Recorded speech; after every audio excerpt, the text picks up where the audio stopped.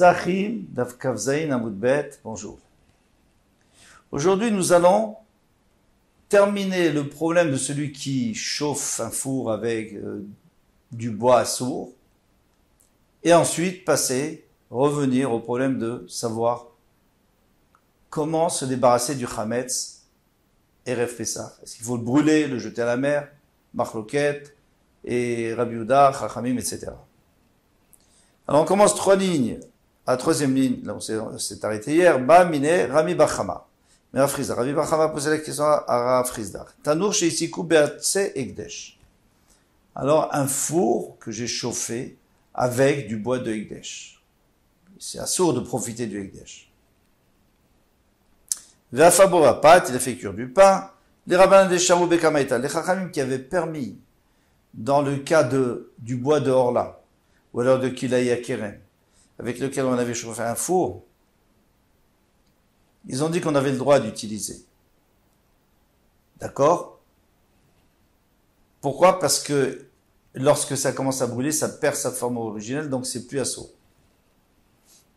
Mais ça, c'était dans la forme originelle de la Braïta, parce qu'on sait que Shmuel avait inversé la Braïta, comme on a vu hier. Maï, alors quel est le din ici? Les Chachamim là-bas ont permis, est-ce qu'ici ils vont permettre? Amarlé a pas assour, il lui dit non même.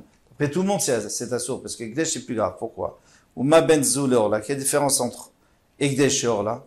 Amarava, achi ashta, il lui dit mais c'est pas du tout la même chose. Orla, betela bemataim, on sait que la orla, si j'ai 1 kilo d'orla, par exemple j'ai un arbre, et de cet arbre j'ai 1 kilo d'orla, parce que c'est un arbre qui a moins de 3 ans, et j'ai 200 kilos d'autres arbres de mon champ, et qui sont pas d'or là, eh bien c'est batel, c'est des choses qui arrivent, qui peuvent arriver.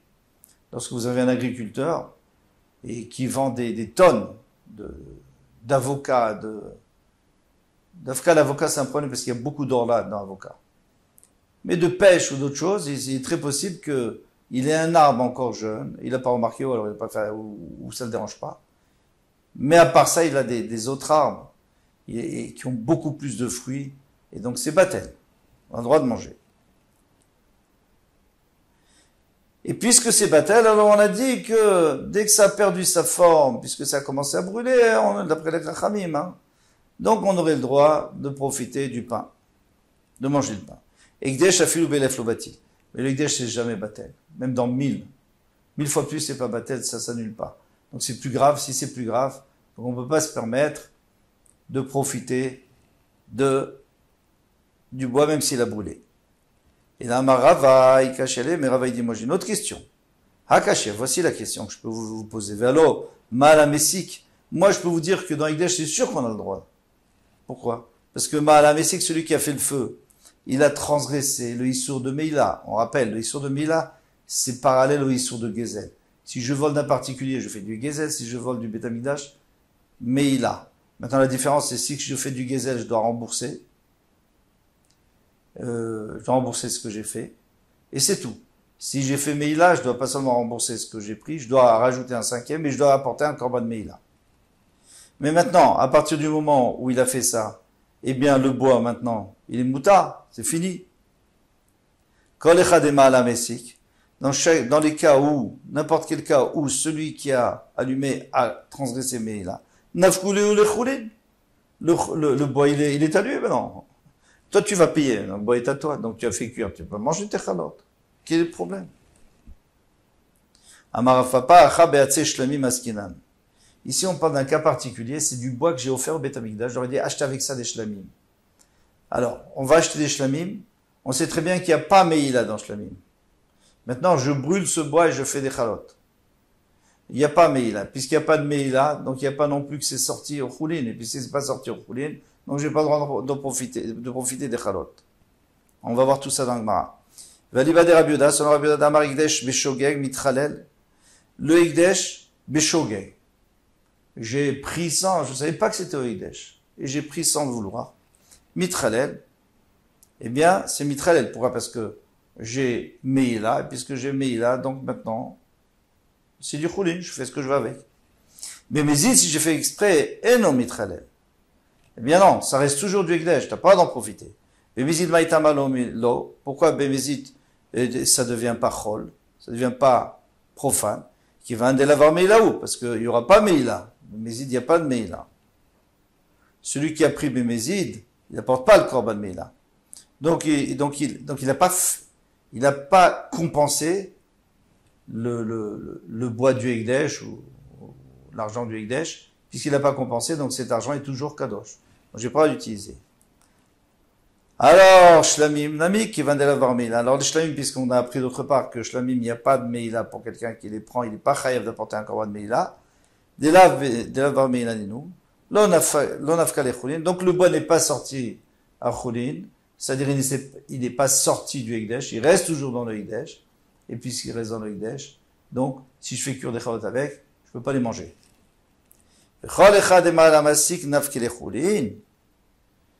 Bon, d'accord, ok, j'ai bien compris ta réponse, on parle d'un cas spécifique. Mais tu es d'accord avec moi que dans les autres cas, tu viens de me dire plus haut, que chaque fois qu'on est Moël, c'est-à-dire qu'on a transgressé le Meila et on est chayav de rembourser, etc., et du Korban, eh bien, Nafkele Choulin, ça sort au Choulin, donc je peux utiliser maintenant ce bois. Ve'atania, pourtant il est écrit dans une braïta, à Kolen Israfim, tout ce qu'on doit brûler. Qu'est-ce qu'on doit brûler? Quelles sont les choses qu'on doit brûler? Orla, kilaïm, troumat mea, da trouma qui est mea. Il faut les brûler. Afaran mutar, on a le droit de prendre la cendre après. Une fois qu'elle a brûlé, on a le droit de prendre la cendre. Pourquoi? Parce qu'on a fini, on a fait la mitzvah. La mitzvah c'était brûlé, j'ai brûlé, ça y est. Je peux utiliser la cendre. Chusmet se Hachera, sauf les bois de Hachera. C'est-à-dire de Avodazara, bien sûr, ceux-là. Même si j'ai brûlé, il y a écrit Loïdvak beya dechameuma, il faut pas que tu en gardes. Il faut que tu gardes rien. Donc même la cendre, je n'ai pas le droit.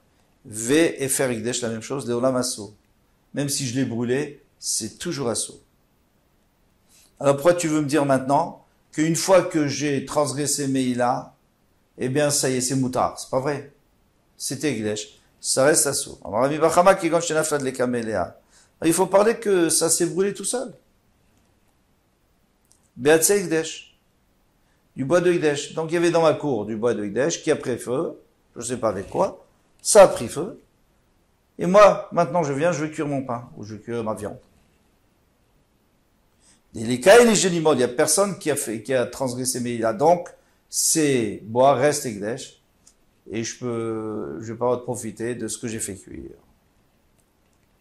Rav Shmaya Amar beotan sheteonim gniza. Rav Shmaya nous dit, Beotan chez Théonim Gniza. Ici, on parle de la FR, de la cendre, qu'il faut mettre de côté. Ici, on parle de la cendre qui est sur le Misbéar, Troumata des chênes. Alors, c'est de elle qu'on dit qu'elle sort pas la chouline. Elle sort pas au chouline, on peut pas utiliser. Mais d'autres FR, par exemple, du bois de Hekdesh, eh bien, la cendre, c'est sûr que je peux utiliser, par exemple, pour couvrir quelque chose, pour couvrir le sang d'un oiseau que je viens de faire la shrita. D'Etania. Et d'où je sais que cette cendre-là du misbéach qu'on a prélevé, eh bien, on n'a pas le droit d'en profiter. D'Etania, Vesamo, il y a écrit Vesamo. Il doit le placer à côté du misbéach, et comme on a vu, ça, c'est absorbé par la terre, et ça disparaît, c'est un S.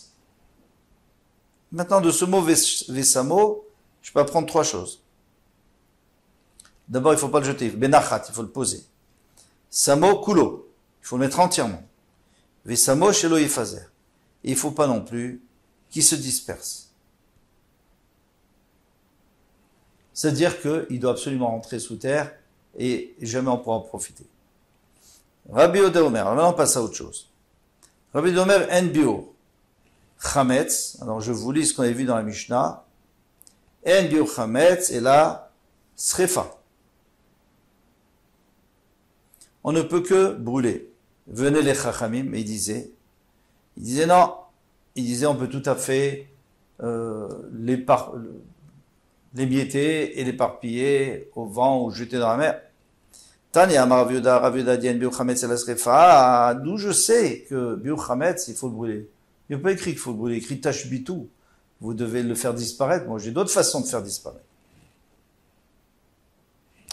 Alors il dit, va dire nous, moi je vais faire un kalvachomer. À plus forte raison.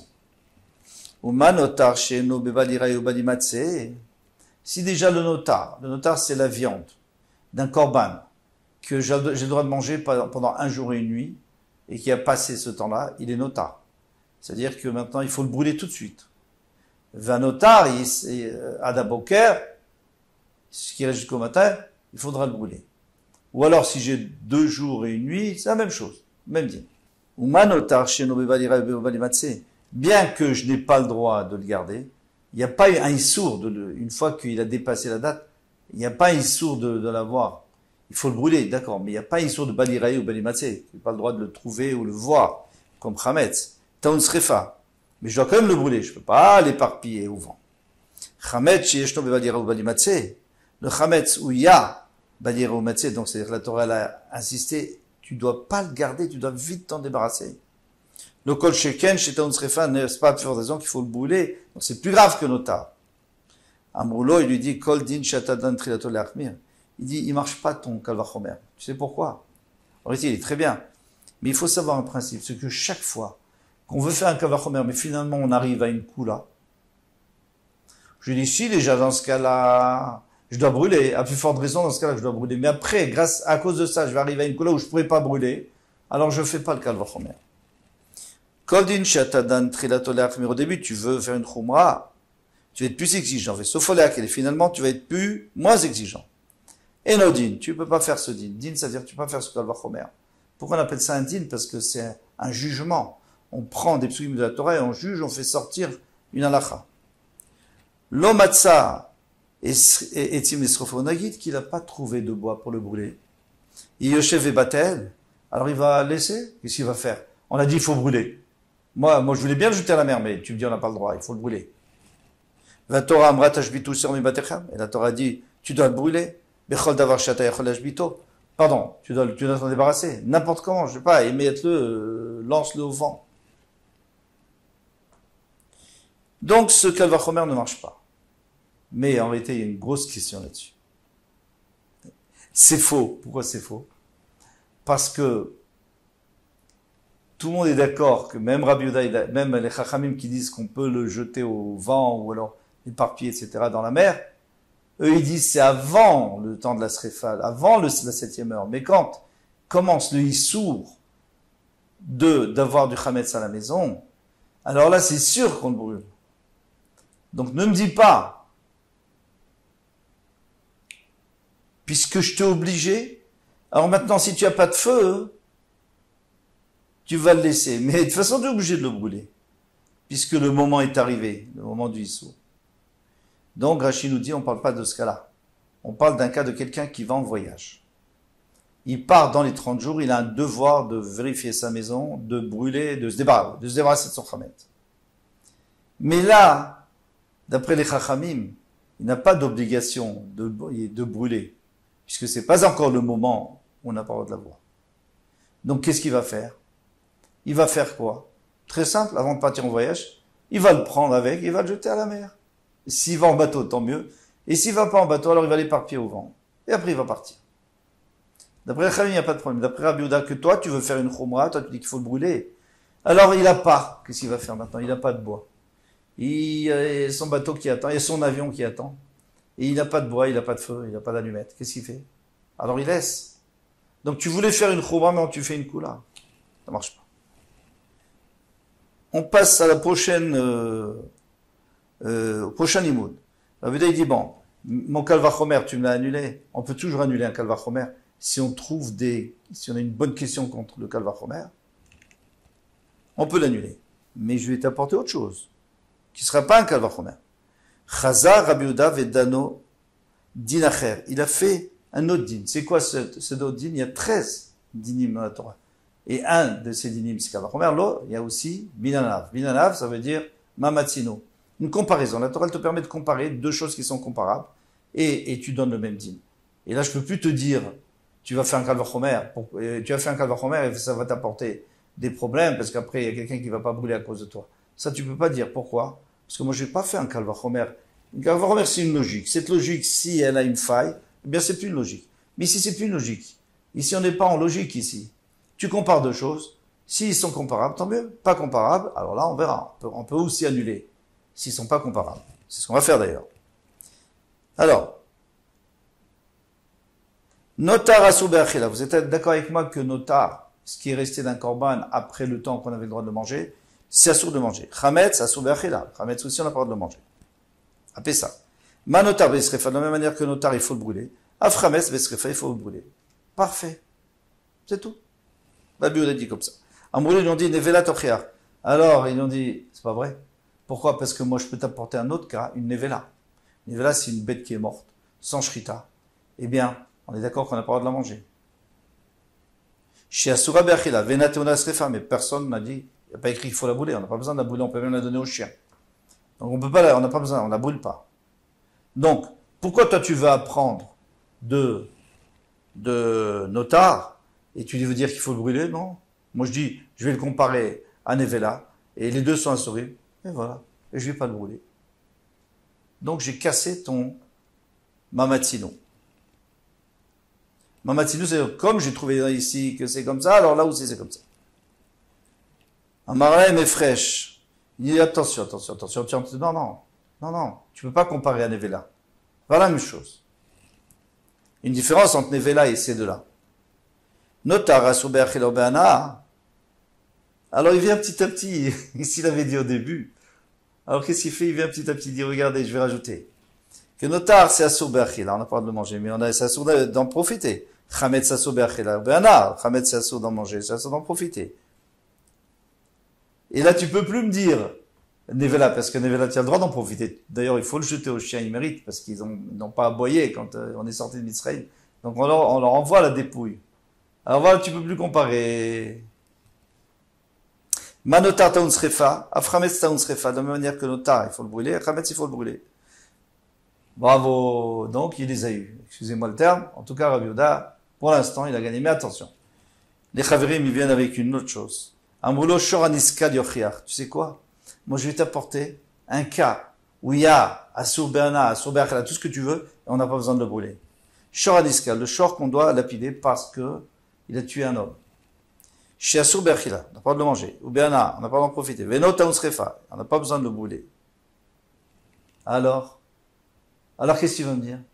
Tu vas me dire, notar, il faut brûler. Moi, je vais te dire, mais le Hamed, ça ressemble à ça aussi. Ça ressemble aussi au Shor Aniskal. Les Shor n'en brûlent pas, le Hametz n'en brûle pas. Et voilà que les Chachamim ont repoussé la preuve de Rabbi Yehuda. Amarlem, alors Rabbi Yehuda, lui, il est coriace. Il dit, et fraîche. Il y a quand même une différence entre nos deux cas là qui nous intéressent, c'est Hametz, c'est Notar et Shor Aniskal. Quelle est la différence? Notar asur be'achila u'be'ana ve'anush karet. Celui qui mange du notar, il est chayav karet. Ve'chametz asur be'achila u'be'ana ve'anush karet. Celui qui mange du chametz, il est chayav karet. Très bien. Et qu'est-ce que tu vas me dire? Shor Aniskal? Non. Manotar bisrefa, chametz bisrefa. Mais donc les deux ils sont srefa, mais le Shor Aniskal n'a aucun rapport parce que lui il n'est pas chayav karet si on le mange. Donc voilà. Donc tu peux pas comparer. Et qu'est-ce qu'il veut répondre à Moulo? Chelbo shel Shor Aniskal yochiach. Moi je vais t'apporter une preuve du chelev. Un shor, il a du chelev bien sûr dans le dos. Ce chelev, il est assourd d'être mangé, mais il est aussi assourd bekaret. Chez assourd be'achiloben avenush karet, il aura karet. Ve'entaun srefa, et pourtant on n'a pas besoin de le brûler. Donc, on n'a pas besoin de brûler le chametz. Ici, il y a un petit problème, c'est que on est en train de mélanger deux issourim. Le Shor Aniskal, d'accord, il n'est pas chayav karet. La chelev, mais de toute façon, chelev est toujours chayav karet. Même le chelev, même la graisse interdite d'une vache ou dont on a fait la shrita ou n'importe quoi, c'est toujours. Alors, tu es en train de mélanger deux issourim pour dire que le Shor Aniskal, en tout cas le chelev du Shor Aniskal, oui, mais tu es d'accord avec moi que le Shor Aniskal lui-même, il n'est pas chayav karet. C'est juste le chelev, mais le chelev, c'est pas à cause du Shor Aniskal. C'est pas parce qu'il a tué un homme, c'est parce que c'est du chelev. Mais malgré tout, on voit que la Gemara, elle accepte ça. Elle dit, c'est pas grave, tu peux mélanger plusieurs issourim, partir du moment où tu arrives à un résultat qui est chamour, c'est que tu es chayav. C'est que la personne est chayav karet, donc je peux apprendre. Donc pour l'instant, on peut apprendre que on n'a pas besoin de faire srefa. Donc les chachamim pour l'instant, ils ont réussi à répondre à Rabbi Yehuda. Mais attention, c'est pas terminé. Demain, Bezrat Hashem, Rabbi Yehuda va venir avec d'autres preuves. Kol Tuv, bonne chance.